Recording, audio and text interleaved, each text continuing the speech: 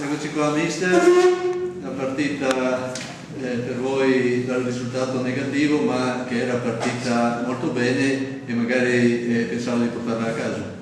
No, noi siamo venuti qua per stare dentro la partita e questo è quello che abbiamo cercato di fare fino a 5 minuti dalla fine, mi sembra, perché comunque sul 2-1 ancora la partita poteva essere in discussione, perché ho visto che anche loro hanno avuto un po' di paura nel momento in cui erano sul 2-1 e non so se fosse fuori gioco, ma comunque qualcosina poteva saltare fuori. Dopo è chiaro che sul 3-1 la partita è finita e diventa accademia per gli altri, però non posso dire niente ai ragazzi miei. Dovevamo venire qua, stare dentro la partita, provare a sorprenderli. Penso che l'abbiamo fatto nei primi 20 minuti.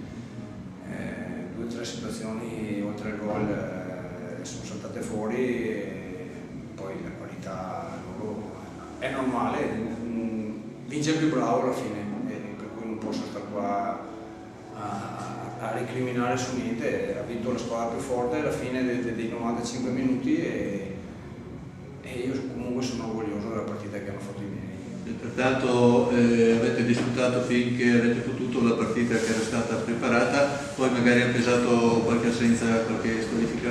Ma sicuramente noi abbiamo delle difficoltà dietro quest'anno e siamo una squadra che dà la sensazione di poter prendere gol sempre. Questa è una cosa che non riesco a togliere da questa squadra qua e dal mio punto di vista è il difetto più grande che può avere una squadra.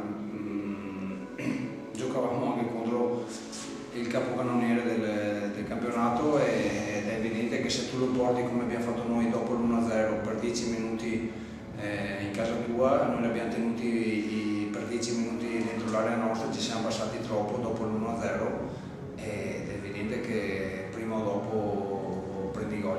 Noi l'errore più grande che abbiamo fatto oggi è dopo essere andati in vantaggio non aver continuato a tenere la partita sulla zona centrale del campo. Noi non dovevamo allungarci in avanti, ma non dovevamo neanche portarli in casa nostra e invece per 10 minuti li abbiamo portati là finché la partita è tornata sul pari.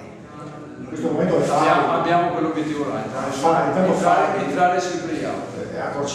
Riuscire a fare almeno 6 perché se no non playout non li fai. Siamo partiti da 10 punti alla fine di giornata di andata, sì. Abbiamo cambiato qualche ragazzo, abbiamo avuto dei contrattempi perché uno è arrivato dopo 20 giorni è saltato il ginocchio, per cui non è un susseguirsi di situazioni che complicano un po' le cose, però noi siamo vivi dal mio punto di vista.